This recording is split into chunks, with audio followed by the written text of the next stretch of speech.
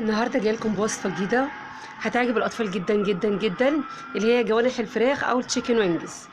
ديت الوصفه اللي هنعملها النهارده مع بعض، واتمنى يا رب تكون تعجبكم. وتعالوا بقى نمشي خطوه خطوه هقول لكم تبقى وصلت لكده ازاي.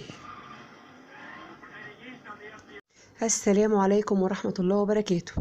ازيكم عاملين ايه؟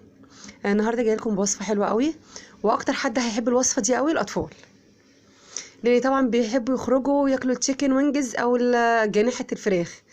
احنا النهارده عاملينها لكم بطريقه حلوه قوي وسهله وبسيطه ومش مكلفه جدا.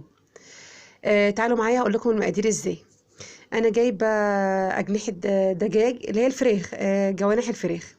جايبه، قولي انت عايزه تعملي كيلو، عايزه تعملي نص كيلو، تعملي 2 كيلو براحتك. ادي انا جبتها اهيت ونضفتها كويس جدا وسلقتها. وادي بيضه اهوت مضروب، وحط عليه فلفل اسمر وملح.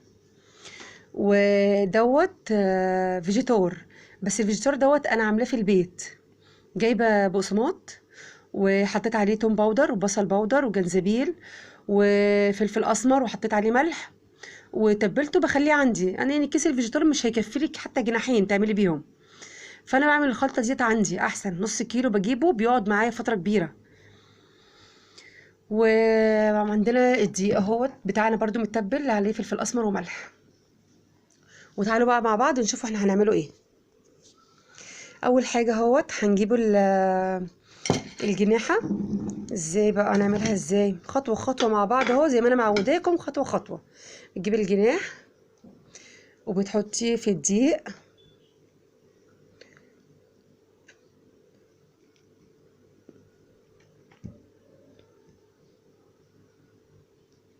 خلاص. طبعا الدقيق احنا متبلين اهو. بعد كده هنحطها في البيض.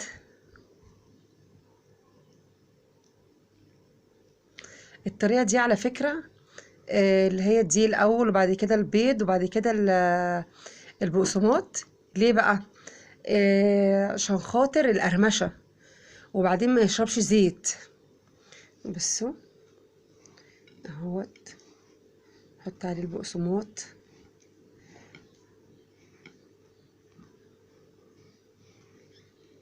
اهوت. انا ماشيه معاكم خطوه خطوه اهيت. ونحطه في طبق هنا اهوت، نسيبه كده. هعمل لكم الباقي كده وبعد كده هقول لكم نعمله ايه. ورجعت لكم اهوت بعد ما تبلته خلاص وعملته بالفيجيتار. هسيبه ربع ساعه في الفريزر. ربع ساعه في الفريزر ليه؟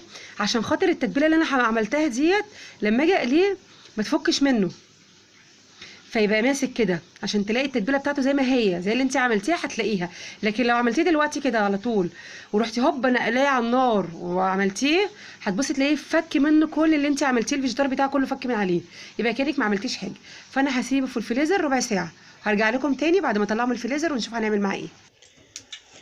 ورجعت لكم اهوت بعد ما طلعت جناحه الفراخ من الفريزر. بصوا، حطها بس الزيت يقدح.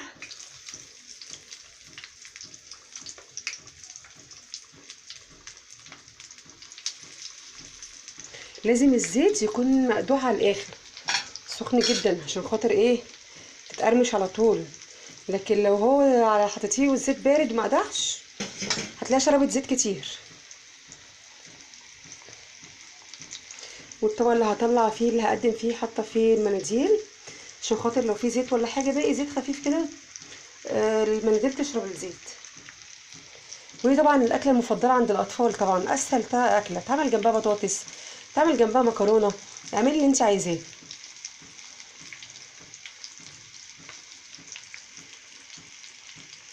هي ما بتاخدش على فكره وقت على النار، لان انا اصلا سلقاها قبل كده، فانا عايزه بس ايه؟ القرمشه بتاعته والتحمير بتاعه بس.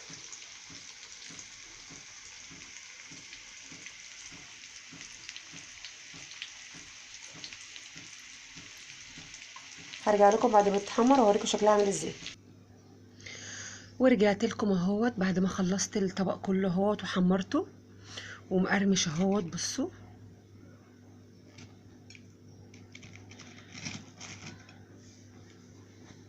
يا رب الوصفه النهارده تكون عجبتكم.